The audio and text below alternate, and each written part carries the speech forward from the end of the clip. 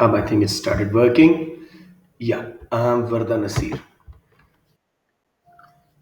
Assalamu alaikum, Varda. Just answer me so I know you can hear me. जी बेटे.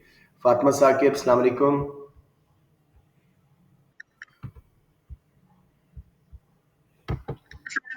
Walaikum Assalam. Rumesa, Assalamu alaikum, bete. Just answer me so I can, know that you can hear me.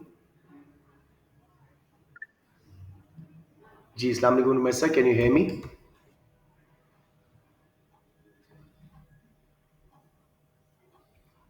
Okay. Okay, wonderful. ठीक है. So we have around 8 kids here, so it's okay. Let's make a start now. And here we are. Um, हम कर रहे हैं बेटे. Can you see my screen, guys? Everyone?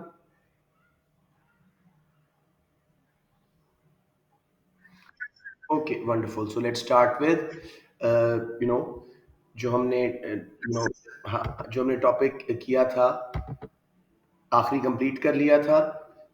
वो जो boring सा था, birth rates and all that, population वगैरह के चेंजेस वगैरह, नेचुरल इंक्रीज एंड ऑल, उसको मैं ख़त्म कर लिया था. अब हम चल रहे हैं सेकंड लास्ट यूनिट पे. आपकी फॉरेन एड से रिलेटेड ये आता है. तो I am going there now. Just give me a minute. It's a little bit slow today, my internet. Yes, this we done. Yeah, yep, this was done as well.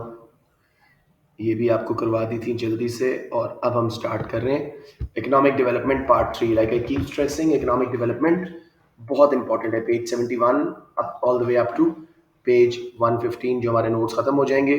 So let's try and cover a decent chunk of the syllabus today. कल भी करेंगे. कल दोपहर को भी class होएगी और after शाम को भी. तो इंशाल्लाह सैटरडे को हमारा सिलेबस खत्म हो जाएगा सुबह शाम की क्लासेस मिला के. So let's start with economic development part 3. इसमें हम क्या पढ़ रहे हैं? Relationships between countries. ठीक है. तो इसके अंदर पहला टॉपिक है international aid. We being a part of a developing country, I think all of you have an idea कि हमें एड मिलती है बाहर की दुनिया से. उसकी टाइप समझेंगे, फिर उसके advantage disadvantage. So any question of 20 marks we can handle it from these few pages. Let's start with forms of foreign aid. कई फॉर्म्स में हो सकती है बेटे. ग्रांट हो सकती है which is a lump sum payment which does not have to be paid back. Sometimes आपको वो इंजीनियर्स वगैरह भेज के टेक्निकल असिस्टेंस देते हैं नई टेक्नोलॉजी सिखाने के लिए. या समटाइम्स डायरेक्टली आपको गुड्स एंड सर्विसेज भेज देते हैं फ्लड वगैरह में, इस तरह की चीज़ें. अब एड कौन कौन सी हैं जी? Tied, untied, bilateral, multilateral.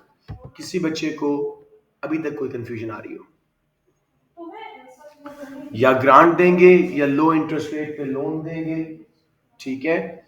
या डायरेक्टली गुड्स एंड सर्विसेज दे देंगे या टेक्निकल असिस्टेंस. तो पहले हम समझते हैं जी grant versus loan at reduced interest rate. Grant financial assistance है जो नॉन रीपेएबल है. We do not have to pay it back. It's like a charity forever. फिर उसके बाद जी लोन्स में हमें चाहे वो फेवरेबल टर्म्स पे आते हैं लेकिन लॉन्ग टर्म इंटरेस्ट समेत रीपेमेंट प्लान होता है जिसमें ओरिजिनल कैपिटल भी और इंटरेस्ट भी हम पे बैक कर रहे होते हैं.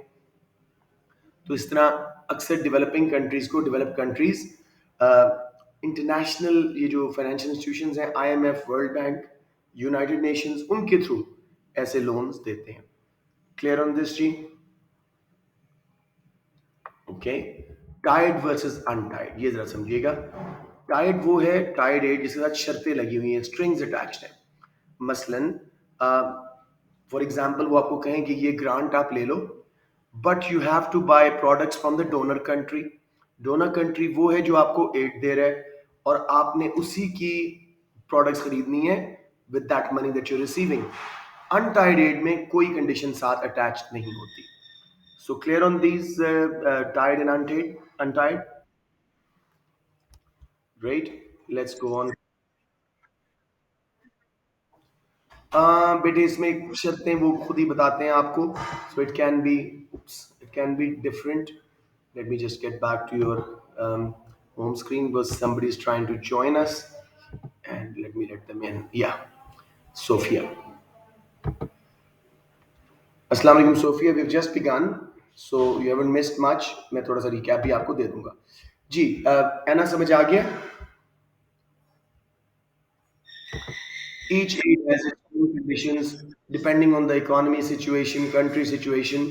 वो आपके साथ करेंगे, ठीक है? Okay, let's move on to bilateral versus multilateral. Bilateral है between two countries. एक country, let's say, Russia India को दे रहा है, या यूएस से पाकिस्तान को एड दे रहा है, ठीक है? उसके मुकाबले में मल्टीलैटरल क्या है जी? जब कंट्रीज किसी इंटरनेशनल, काफी सारे कंट्रीज किसी इंटरनेशनल ऑर्गेनाइजेशन को, वर्ल्ड बैंक, यूएन, आईएमएफ को दे रहे हैं पैसे, और वो फर्दर डिस्ट्रीब्यूट कर रहे हैं बिटवीन कंट्रीज. दोनों में फर्क समझ आया? Bilateral between two countries directly, ठीक है जी. अभी टर्की में जल्जला वगैरह आया है, हम उनको एड भेज दें. मल्टीलैटरल, कई कंट्रीज, उसमें पाकिस्तान भी शामिल होगा, छोटे बड़े कंट्रीज आईएमएफ को, वर्ल्ड बैंक को कुछ कंट्रीब्यूशन देंगे, उसके थ्रू वो फर्दर कंट्रीज को जिनको जरूरत है पैसा देते रहेंगे. Everyone clear on these two? मैं जरा एक बार पूछूंगा एंड में, so just make sure you understood it. Next जी, technical assistance versus direct provision of goods. Multilateral समझ नहीं आया हमना?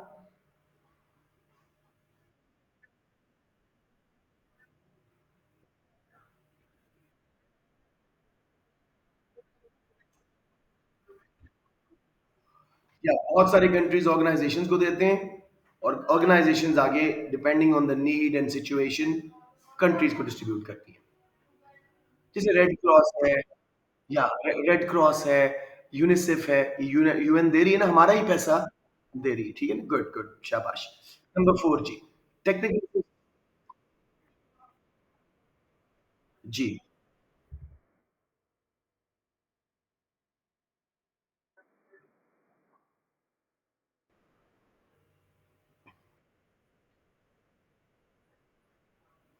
हाँ बिल्कुल बिल्कुल. It means that is well. इसमें बहुत सारी शर्तें हो सकती है. हमने बहुत सारी शर्तें होती हैं. ये शर्त भी होती है कि हमारी गुड्स खरीदो, इंपोर्ट करो इस पैसे से, ठीक है? या कह सकते हैं कि हमारी फॉरेन पॉलिसी में हमारा साथ दो, टेररिज्म वॉर में हमारे एलाइज बनो. ये सब शर्तें लगाई जा सकती हैं, पॉलिटिकल, इकोनॉमिक, सोशल, वेरियस. ये भी कह सकते हैं कि अपने मुल्क में अब्यूज विक्टिम्स को हेल्प करो. दे कैन बी मेनी शर्तें लेड डाउन. आमना बेटी क्लियर हो गया? Okay, I think you said yes. Technical assistance versus direct provision. Technical assistance is simply sending the right kind of, informed, qualified, you know, uh, people, resources जो आपके यहाँ पे आके हमें ट्रेनिंग कर दें. So technical assistance programs facilitate preparation, financing and execution of development of projects and program. जैसे पाकिस्तान में ऑयल 3 जगह से निकला है, तो उसके लिए एक कंट्री ने हमें, मुझे कंट्री याद नहीं आ रहा, शायद जर्मनी है या स्विट्जरलैंड, उन्होंने अपनी टीम भेजी हुई है जो पूरा वो प्रोजेक्ट डेवलप करेंगे. फिर जब वो ऑयल निकलेगा उसका आधा हिस्सा उनको मिलेगा, आधा हमें मिलेगा, ठीक है? So it includes capacity development, policy advice, research and development.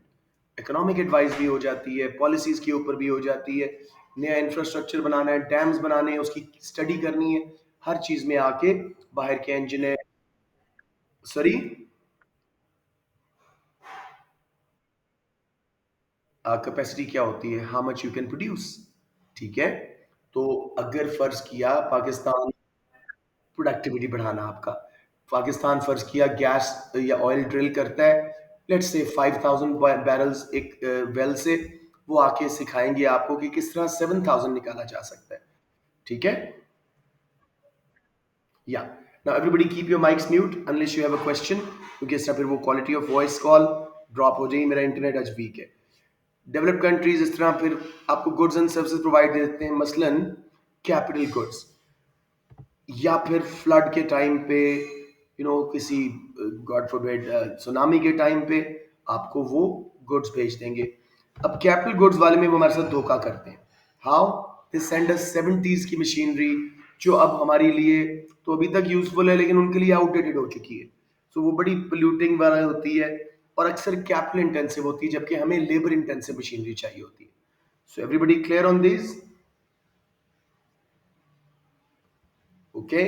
Reasons for giving aid. अब जरा, aid is not always given for humanitarian reasons as misunderstood generally. सबसे पहले एक रीजन है कि it might be expected that most aid would go to the poorest countries but it's not always the case. ये भी याद रखना, गरीब कंट्रीज को जरूरी नहीं है मिले, अमीर कंट्रीज को भी मिल सकती है। द डिफरेंस क्या है जी? जिन कंट्रीज को एड मिलती है, ठीक है, उसकी डिफरेंट रीजंस हो सकती हैं। मसलन एक कंट्री अपना बैलेंस ऑफ पेमेंट अच्छा करना चाह रहा है तो वो डोनर कंट्री बन गया और वो अपनी कंट्री की इन्फेंट इंडस्ट्रीज, अपनी एक्सपोर्ट्स को प्रमोट करना चाह रहा है। तो कैसे करेंगे? टाइड एड बनाएंगे, बायलैटरल एड। वो आपको पैसे देंगे और कहेंगे हमारी इन्फेंट इंडस्ट्री से माल खरीदो, ठीक है, हमारी एक्सपोर्ट्स खरीदो। अब वो जो पैसा आया, फॉर एग्जांपल यहाँ पे एक देखिएगा, एक डोनर कंट्री ने रेसिपिएंट को दिया कि ट्रैक्टर्स खरीदो हमसे। अब इंसिस्ट क्या किया कि ट्रैक्टर्स हम ही से, पैसे दिए ट्रैक्टर्स खरीदने के लिए और इंसिस्ट किया कि हम ही से ट्रैक्टर्स खरीदो। इवन दूसरे कंट्रीज में होता है उससे बेहतर और सस्ते ट्रैक्टर्स मौजूद हों, लेकिन क्योंकि आपको उसने एड दी है तो आप साइन करोगे कि जी मैं आपके कंट्री से ही ट्रैक्टर्स लूंगा। हो सकता है वो महंगे करके आपको बेचें, ट्रैक्टर इंडस्ट्री उनकी नई है, उसको वो सपोर्ट करना चाह रहे हैं या एक्सपोर्ट ज्यादा करना चाह रहे हैं। क्लियर? क्लियर पॉइंट या कोई confusion? I guess good, let's move on. देखो, अब इसके रिजल्ट में इनको फायदा क्या होता है एड देने का? Tied aid directly increases demand for donors countries exports, ठीक है। उसके साथ फिर जो है अनटाइड एड के केस में भी ऐसा हो जाता है क्योंकि आपको उन्होंने एड दी थी, आप काइंड ऑफ उनके एहसानमंद हैं, रिसिपिएंट कंट्री, सो आपके रिलेशनशिप भी उनके साथ बहुत अच्छे हैं, so most likely you will buy from them anyways. तो उनकी जो एक्सपोर्ट्स हैं वो ज़्यादा होंगी, उनकी इन्फेंट सनराइज इंडस्ट्रीज डेवलप होना शुरू हो जाएंगी। एनी कंफ्यूजन है बच्चों? हम्म। यस।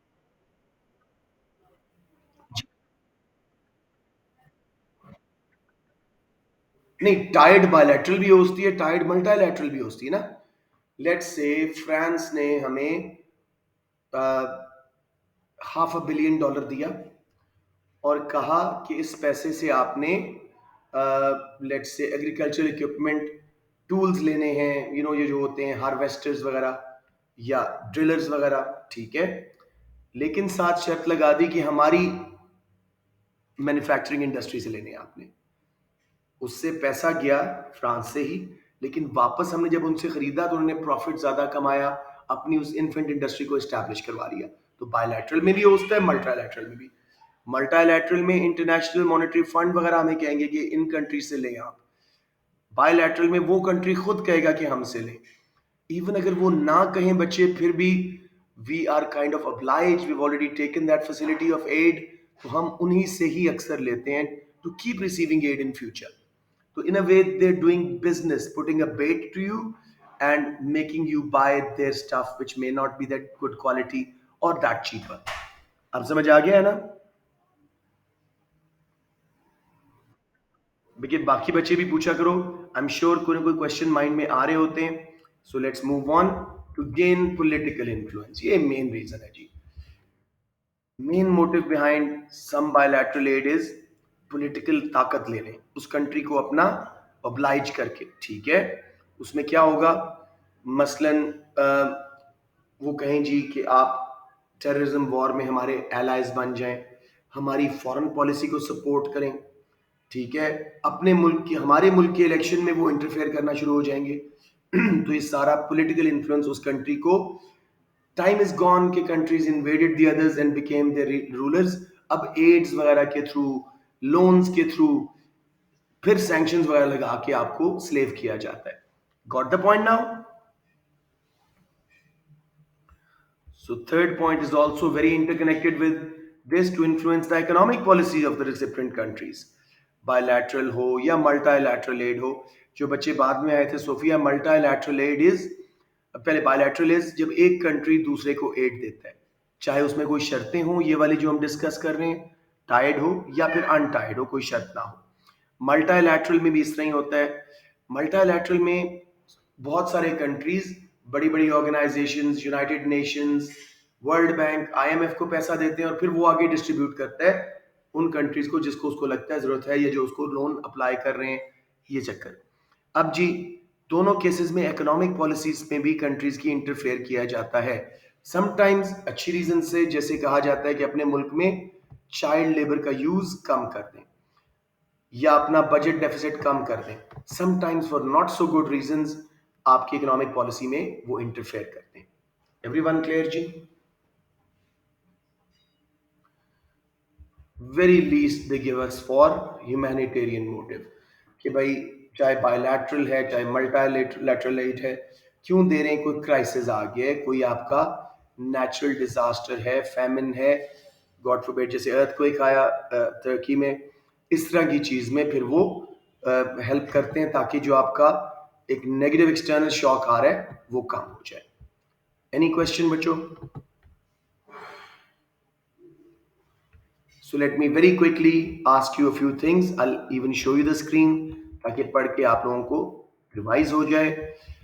फातिमा साकिब, मुझे बताइएगा इंटरनेशनल एड की दो मेजर फॉर्म्स, फॉर्म्स मतलब कि टाइप्स कौन सी हैं?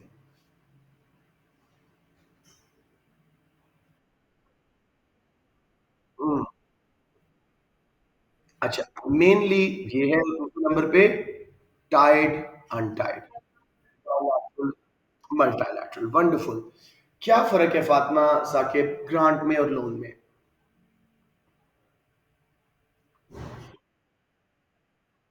Very good.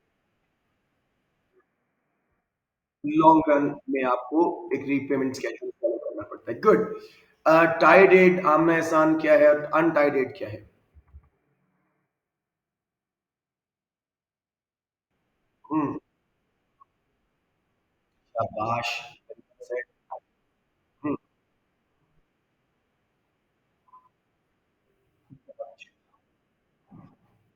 It's just given, not always, it can be a loan as well. ठीक है, लेकिन शर्त नहीं लगाई कि इस पैसे को कहाँ यूज करना है, चीज बनाओ या मिलिट्री को पे कर दो, दे वोंट पुट अ शर्त ऑन यू। ठीक है, गुड।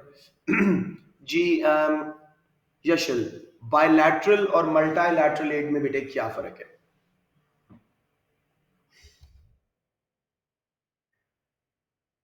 आज,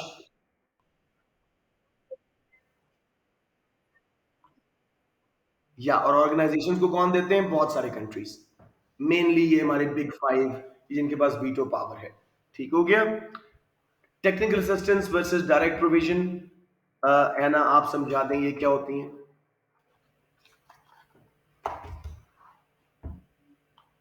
आई think Anna may not be there. अच्छा, शी इज देयर, बताएं बेटे।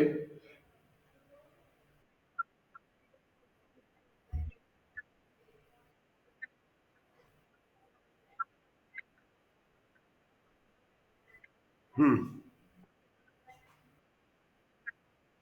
अब यहाँ पे एडवांस कैपिटल से जो इनकी मुराद थी वो मशीनरी थी, टेक्नोलॉजी थी, सो दिस इज करेक्ट। ठीक है। और जो,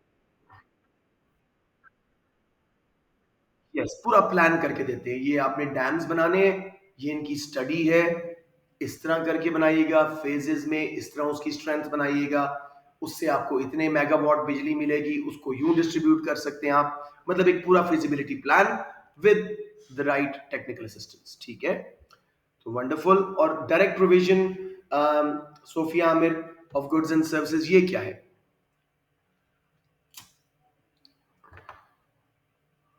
हमें वो किस किस्म की गुड्स एंड सर्विसेज देते हैं बेटे?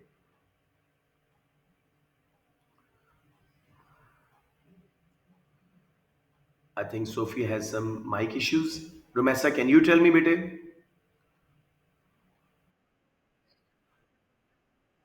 Yes, very good. अगर कोई फ्लड वगैरह आ गया तो खाना वाना भेज देते हैं, मेडिसिन भेज देते हैं, कंबल वगैरह भेजते हैं, इस तरह की चीज़ें। Good. Reasons for giving aid. ये गलतफहमी है कि गरीब कंट्रीज को ही एड मिलती है। Turkey is a pretty comfortable country, उसको सारी दुनिया इस वक्त एड दे रही है।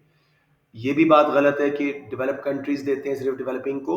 समटाइम्स डेवलपिंग भी देते हैं, जब वो आईएमएफ में अपना पैसा रखते हैं तो वो डेवलप कंट्री को दे सकता है। रीजंस क्या हैं जी? अपने कंट्री की नंबर वन इन्फेंट या सनराइज इंडस्ट्रीज को सपोर्ट करने के लिए, एक्सपोर्ट्स को सपोर्ट करने के लिए। um, Iman Aziz, how do they do that? Aid दे के क्या कहते हैं कि उनकी अपनी इंडस्ट्री को फायदा हो रहा होता है, अपनी एक्सपोर्ट्स कैसे बढ़ाते हैं?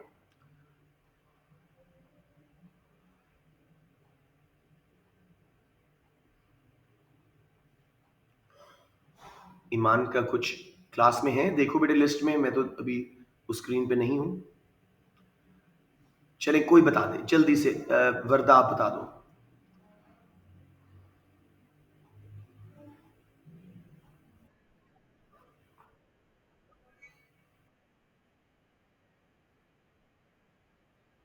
हम्म। कैसे? Yes, yes, yes.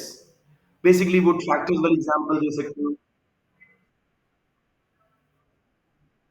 हाँ, बिल्कुल सही है, बिल्कुल सही जा रहे हो। इवन इफ रिसिपिएंट कंट्री को उससे बेहतर और सस्ती चीजें मिल रही हैं, उन्हें लेना उन्हीं से पड़ेगा जो उनको एड दे रहे हैं। ठीक है? Good work, you guys have got it. Political influence, economic influence. क्या चाहते हैं कि जिस कंट्री में जो भी गवर्नमेंट बने वो थोड़ी सी ऑब्लाइज्ड हो हमारी फॉरेन पॉलिसी को सपोर्ट करने के लिए, हमारी जो एक्सटर्नल हमारे व्यूज हैं कि कौन हमारा दुश्मन है कौन हमारा दोस्त है, हमारे एलाइज बन जाएं। कोल्ड वॉर चल रही है ना, तो पॉलिटिकल इन्फ्लुएंस ले रहे हैं। इसके अलावा इकोनॉमिक पॉलिसीज को इन्फ्लुएंस करते हैं, मसलन समटाइम कहते हैं अपने मुल्क में चाइल्ड लेबर खत्म करो, वुमेन एम्पावरमेंट दो, which is good, budget deficit को कम करो। लेकिन समटाइम्स अंदर हिडन मोटिव्स और भी होते हैं। टेररिज्म में अपनी सपोर्ट लेना, आपसे आपकी मिलिट्री की सपोर्ट लेना, आपकी पॉलिटिकल गवर्नमेंट की सपोर्ट लेना, for many other reasons. Humanitarian motive के लिए भी दिया जाता है, क्राइसिस में, डिजास्टर्स में। तो गवर्नमेंट्स कंट्री की या फिर इंटरनेशनल ऑर्गेनाइजेशंस आपको पैसा भी देते हैं, गुड्स एंड सर्विसेज भी देते हैं, ताकि इस नेगेटिव एक्सटर्नल शॉक से आप बच सकें। अब जी, इसको हम एनालाइज कर रहे हैं, एवेल्युएट कर रहे हैं कि ये अच्छी चीज़ है कि नहीं। एडवांटेज क्या है जी? Aid can help the recipient country to experience increase in its income per head. अक्सर ये जब गरीब कंट्रीज को जाती है तो उससे उनको इन्वेस्टमेंट के लिए पैसा मिल जाता है, एजुकेशन के लिए, हेल्थ केयर के लिए, इंफ्रास्ट्रक्चर डेवलपमेंट के लिए, जो उनके पास पहले नहीं होता। अक्सर less developed in developing countries lack finance, जब वो आ गया तो वो उसके थ्रू काफ़ी अपना अच्छा कर लेते हैं। जो पुअर कंट्रीज हैं उनके पास सेविंग नहीं होती, विशियस साइकिल ऑफ पॉवर्टी में होते हैं, उससे वो बाहर निकल सकते हैं यूजिंग दिस मनी। ठीक है? तो इससे वर्चुअस साइकिल डेवलप होता है, इन्वेस्टमेंट आती है, चाहे ह्यूमन कैपिटल में हो, चाहे फिजिकल कैपिटल मशीन्स रोड्स वगैरह में हो, उससे प्रोडक्टिविटी बढ़ती है, उसके रिजल्ट में इनकम्स बढ़ती हैं, फिर सेविंग्स बढ़ती हैं, फिर बैंक्स मल्टीप्लाइंग करके लेंड करके इन्वेस्टमेंट के लिए पैसा प्रोवाइड करते हैं। ये बात समझ आ गई? एक बार फिर कर लें वर्चुअस साइकिल की, और कैसे ये जो पैसा आता है डोनर कंट्रीज तरफ से या ऑर्गेनाइजेशन तरफ से, वो पुअर कंट्रीज को, लेस डेवलप्ड कंट्रीज को, लो इनकम कंट्रीज को डेवलप करने में मदद देता है थ्रू इन्वेस्टमेंट। फाइनेंस मिल जाता है, उससे वो एजुकेशन, हेल्थ केयर, अपनी नई इंडस्ट्री डेवलप कर सकते हैं। उनके पास खुद सेविंग नहीं है, अब इनकम्स बढ़ेंगी, इन्वेस्टमेंट के रिजल्ट में प्रोडक्टिविटी, फिर इनकम्स, फिर saving. Virtuous cycle in cycle.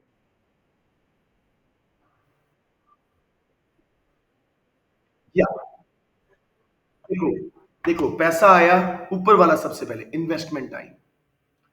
हमेशा इन साइकिल्स में सेंट्रल फिगर ऊपर वाला आपका स्टार्टर है। ठीक है? और क्योंकि ये फिर एक इन्फिनिट लूप है आमना, तो ये चलता रहेगा।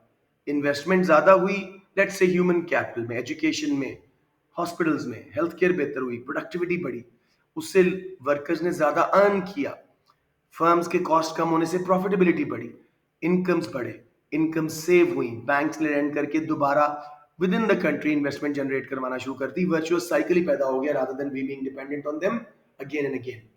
यही पाकिस्तान करता ना, जो लोन्स लिए थे उसको वर्चुअस साइकिल में लगा देते, लॉन्ग टर्म प्रोजेक्ट्स लगाते rather than paying military pays या पॉलिटिकल करप्शंस, तो हमारा ये काम ठीक हो जाता। Are you getting? Current expenditure पे लगाने की बजाय कैपिटल एक्सपेंडिचर लगाना चाहिए था, वर्चुअस साइकिल तब डेवलप होता। बच्चों सबको समझ आ गया? ओके, तो ये सारा हो गया जी। अब डिसएडवांटेजेस, ये जैसे हम लोग फेस कर रहे हैं आजकल, heavy reliance on aid can have a number of disadvantages such as becoming increasingly indebted, हमारे पे उधार का बोझ चढ़ता जा रहा है, हमारे जीडीपी का एक बड़ा हिस्सा सिर्फ डेट सर्विस में, इंटरेस्ट पेमेंट में जा रहा है, जिसको हम कहते हैं ना, हम आईएमएफ की किस्त दे रहे हैं, that is just paying back the interest only, हम कैपिटल वापस नहीं कर पा रहे। So in some cases poor income countries, low income countries end up paying much more than the initial amount, क्योंकि इतना लंबा अरसा गुजर जाता है, इंटरेस्ट मल्टीप्लाई करना शुरू होता है, इंटरेस्ट पे इंटरेस्ट बढ़ना शुरू हो जाता है, so we become highly indebted, पैसा नहीं बचता for education, health care, infrastructure development, ये मसले आते हैं। Getting the point? Third one, जो आजकल पाकिस्तान, आज भी मीटिंग्स हो रही हैं आईएमएफ के साथ, I have to look at the outcome as well. IMF and world bank हमें sometimes not very suitable conditions देते हैं, मसलन बेस्ट एडवाइस नहीं दे रहे, हमें कैपिटल इंटेंसिव मेथड्स पे जाने का कह रहे हैं, गलत मलत टैक्सेस लगाने की बात कर रहे हैं, बजट डेफिसिट कम करने की बात कर रहे हैं गवर्नमेंट को कि स्पेंडिंग कम करो, टैक्सेस बढ़ाओ, इकोनॉमीज में इन्फ्लेशन आ जाती हैं, जैसे पाकिस्तान इस वक्त फेस कर रहा है, शदीद low purchasing power because of high taxes and cost push inflation due to indirect taxes, ये सब कुछ उनके गलत मशवरे, क्योंकि उनको देखो at the end of the day they're doing the right मशवरे, they want to recover the loan, why should they give you money if you can't pay back, तो वो आपको पॉलिसीज भी ऐसी बताएंगे जिसमें पैसे वापस जाए, लेकिन वो हमारी इकोनॉमीज के लिए डेट्रीमेंटल होती है। समझ आ गया बच्चों?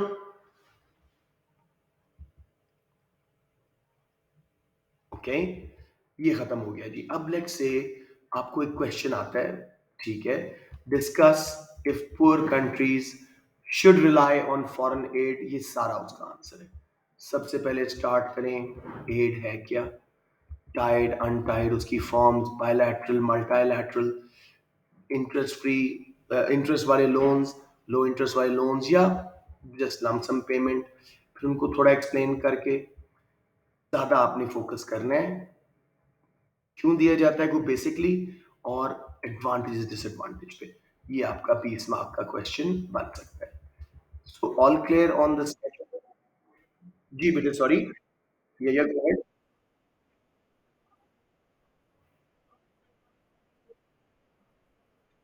हम्म, yes. नहीं, प्रोडक्ट्स नहीं, मेथड्स ऑफ प्रोडक्शन। मतलब देखो, हमारे पास मेन रिसोर्स क्या है, large populations, large number of workers जिनको जॉब्स चाहिए। अगर हमारी एग्रीकल्चरल फील्ड्स में एक ऐसा ऑटोमेटेड प्रोसेस लगा दिया जाए जिसमें वर्कर्स कम से कम चाहिए और मशीनरी ज़्यादा है, तो हमारे तो लोग ही अनएम्प्लॉयड रहेंगे। हमें लेबर इंटेंसिव टेक्नोलॉजी चाहिए, वो हमें दे देते हैं कैपिटल इंटेंसिव टेक्नोलॉजी। समझ आ रही है बात? इस तरह इंटरेस्ट रेट्स का, टैक्सेस के डिसीजंस, वो इन्फ्लुएंस करते हैं, हमारी माइक्रो लेवल पे हमें बहुत नुकसान होता है। जी बेटे, अब पूछो। Yes, good enough. अब जी, this is a very important topic और आसान है। एफडीआईज जो हमने पढ़ी थी, फॉरेन डायरेक्ट इन्वेस्टमेंट्स, आपके क्या फाइनेंशियल अकाउंट में, जब वो मल्टीनेशनल्स आपके मुल्क में आती हैं और फिर उसका प्रॉफिट वगैरह वापस करंट अकाउंट में हम प्राइमरी इनकम ट्रांसफर्स में डेबिट करते रहते हैं हर साल। याद आ रहा है थोड़ा सा वो कॉन्सेप्ट? किसी को ना आ रहा हो तो मैं थोड़ा सा रीट्रेट कर दूं।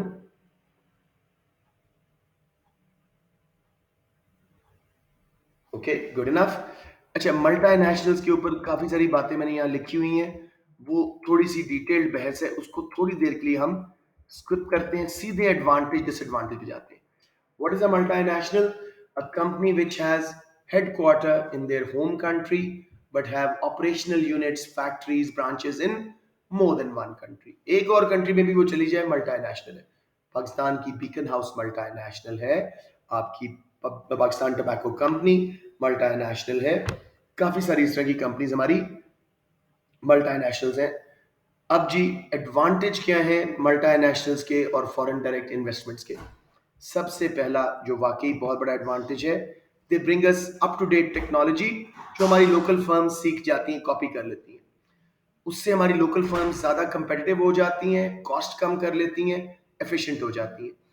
जैसे I keep mentioning an example of Nestle. Nestle came to Pakistan when Pakistan used to pasteurise milk. वो प्रोसेस क्या था, आप ये लिख सकते हैं एग्जाम में. पैस्चराइजेशन का प्रोसेस है, पहले हीट करो मिल्क को वेरी हाई डिग्री पे, उससे वो जर्म्स मरते हैं जो हीट से मरते हैं. फिर उसको फ्रीज करो, ठंडा करके वो जर्म्स मारो जो ठंडे में मरते हैं, उससे मिल्क साफ हो गया. नेस्ले ने सिखाया कि चिलिंग इज अ प्रोसेस जिसमें हीटिंग नहीं करनी पड़ती, डायरेक्ट आप ठंडा कर दो दूध को एक लेवल तक, दोनों जर्म्स मर जाते हैं. कॉस्ट आधी से भी कम हो गई. Got the point? So they teach us new latest technology and methods जिससे हमारी firms efficient हो जाती हैं. Modern management techniques and new ideas with which local firms can copy. अक्सर वो आके हमारे वर्कर्स को ट्रेन कर देती हैं. आपकी local firms love to hire multinational का एक्स एम्प्लॉई बिकॉज वो इतना कुछ सीख चुका होता है. My cousin was in PepsiCo in Singapore. जब वो वापस पाकिस्तान आया तो उसको बहुत सारी जॉब ऑप्शंस मिली because he had learned so many techniques that Pakistanis were unaware of. तो हमारे वर्कर्स ट्रेन हो जाते हैं, लोकल फर्म्स को नए नए आइडियाज आते हैं. Everyone clear? बहुत सिंपल सा कॉन्सेप्ट है. ओके. थर्ड जी, दे प्रोवाइड एम्प्लॉयमेंट. लेकिन इसमें क्वेश्चन है, डाउटफुल है ये. अक्सर वो कैपिटल इंटेंसिव प्रोडक्शन करती हैं तो इतनी जॉब्स क्रिएट नहीं होती. सेकेंडली, वो हाई लेवल जॉब्स के लिए अपने मुल्क से ही या अपने दूसरे कंट्रीज के ऑपरेशनल मैनेजर्स को लेके आ जाते हैं और आपके कंट्री हेड बना देते हैं. तो वो टॉप लेवल की जॉब्स जो हैं अक्सर लोकल कंट्री के लोगों को नहीं देते. सो जॉब क्रिएट होती हैं लेकिन उतनी नहीं जितना इमेजिन किया जा रहा है. Training of domestic workers, I've already explained, अपने कजन की एग्जांपल भी दी आपको. Contribute to countries infrastructure. जैसे ये बड़े बड़े जायंट्स जब होंडा वगैरह आते हैं तो वो अपनी फैक्ट्रीज तक रोड्स भी बना देते हैं कि भाई रॉ मटेरियल हमारा आसानी से पहुंचे. पोर्ट्स तक एक छोटी सी रोड बना दी, ड्राई पोर्ट तक सब कुछ. तो उससे हमारा इंफ्रास्ट्रक्चर बेहतर हो जाता है. कम्युनिकेशन चैनल्स, टावर्स वगैरह लगा देते हैं जिससे मोबाइल नेटवर्क्स बहुत अच्छे हो जाते हैं, इंटरनेट को बेहतर कर देते हैं. They also improve our balance of capital and financial account. जब भी ओनरशिप चेंज हुई, उन्होंने यहाँ पे लैंड खरीदी, कैपिटल अकाउंट में पैसा आया. फिर उन्हें यहाँ पे कैपिटल गुड्स में इन्वेस्ट किया, मशीनरी वगैरह में, तो फाइनेंशियल अकाउंट में इनफ्लोज आई. ठीक है, समझ आ रहा है ना? इसके अलावा जो वो एक्सपोर्ट करते हैं वो हमारे जीडीपी का हिस्सा है, हमारे एक्स माइनस एम का हिस्सा है, क्योंकि हमारी जियोग्राफिकल बाउंड्रीज में प्रोड्यूस हो रहा है. वो भी हमारा इसमें शामिल हो जाएगा. हमें उससे भी करंट अकाउंट बेहतर मदद करेगी. जी बेटे.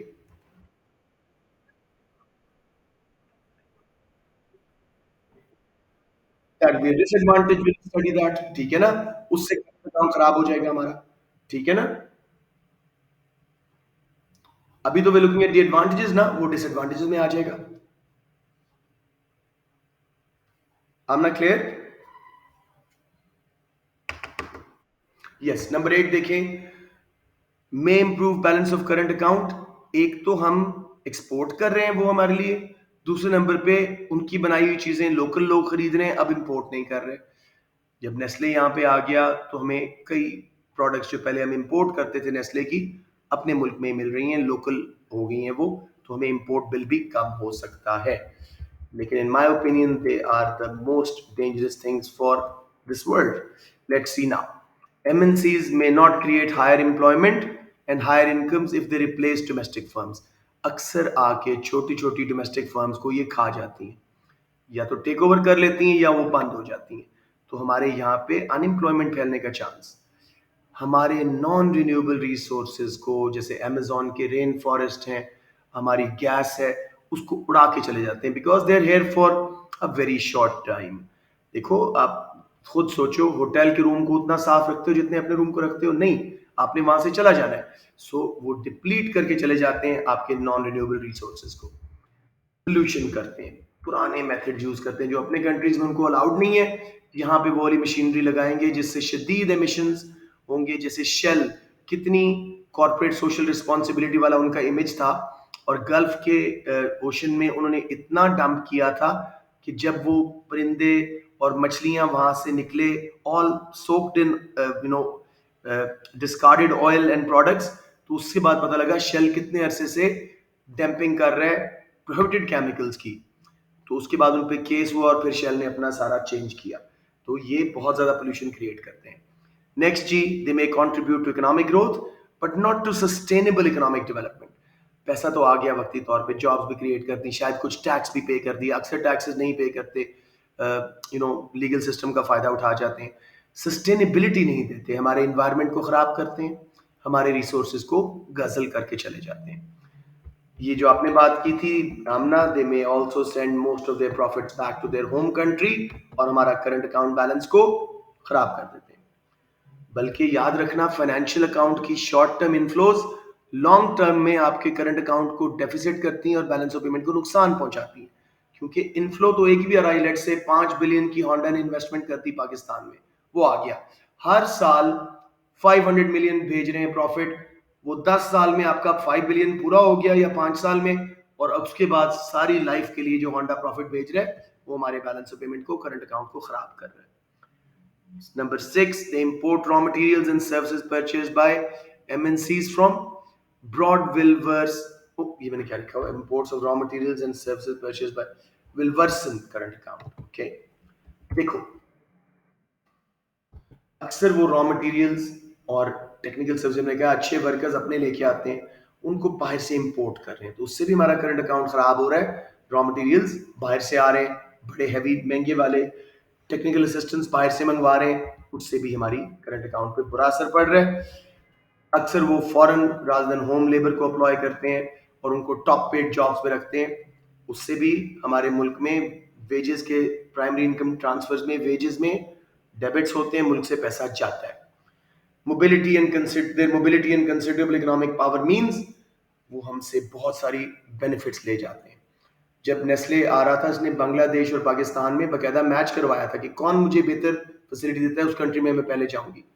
तो हमसे बड़े favourable tax break, subsidies, free land वगैरह ले लेते हैं, एग्जेम्पशंस फ्रॉम एनवायरमेंटल लॉज ले लेते हैं, क्योंकि हम लोग चाहते हैं उनका पैसा हमारे मुल्क में आए, तो हमारी गवर्नमेंट बेंड ओवर बैकवर्ड। साथ में जब वो वापस जाना चाह रहे होते हैं तो तब भी प्रेशर डालते हैं कि हम जल्दी चले जाएंगे अगर आपने हमें ये फेवर्स ना दी।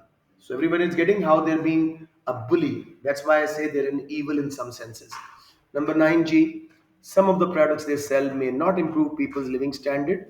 मसलन उनके अपने मुल्क में वो चीज़ अब नहीं बिक रही थी, टबैको, उनके वहाँ पे हेल्थ केयर की कैंपेन शुरू हो गई है यूरोपियन कंट्रीज वगैरह में, तो वो सब कहाँ बेच रहे हैं? एशियन एंड अफ्रीकन कंट्रीज में। This is how their demerit goods भी हमारे मुल्कों में ला रहे हैं। So everybody clear on this जी? मैं बस यहाँ पे आपको कुछ क्वेश्चंस दिखा रहा हूँ और आज की क्लास खत्म कर रहा हूँ। देखो, ये 3 4 5 पेपर क्वेश्चन सेम चीज, ऊपर स्टेटमेंट को इग्नोर करो। वो क्या रहा है जी, चलें पढ़ देता हूँ। In developing economies an increase in GDP determines an increase in the standards of living. Foreign direct investment will produce an increase in GDP, therefore governments in developing economies should encourage FDI. सबसे पहले तो एफडीआईज लाता कौन है, multi national, वो पूरी एक debate जो मैंने मिस की अभी सुबह कराऊंगा वो करेंगे, फिर उसके फायदे नुकसान, फिर एक नुकसान उसकी वैल्यूएशन बन जाएगी, उस फिर हम एक कंक्लूजन अच्छा सा डेवलप करेंगे, how far they are beneficial. ये हमें सस्टेन्ड इकोनॉमिक डेवलपमेंट नहीं देते, लिविंग स्टैंडर्ड्स बढ़ाते नहीं है, उसके हिसाब से हम बात करेंगे। फिर जी, investment by multinationals, MNCs is in a developing country always promotes sustainable economic growth in the country. Same question. Assess the view that FDIs remain the key to economic growth in developing countries. इसमें हम कह सकते हैं कि FDIs के अलावा इसको पहले पूरा बता के हम फॉरेन एड भी ले सकते हैं, ठीक है, हम अपनी इंडस्ट्री डेवलप कर सकते हैं उस एड के थ्रू, ठीक है, हम लो इंटरेस्ट लोन्स या ग्रांट्स लेके भी ये काम कर सकते हैं, तो इसमें हम एक कंपैरिजन देंगे। assess the impact of foreign direct investment on developing economies, ये पूरा उसका आंसर जो अभी हम पढ़ के आ रहे हैं। So everybody clear on these concepts? कोई confusion?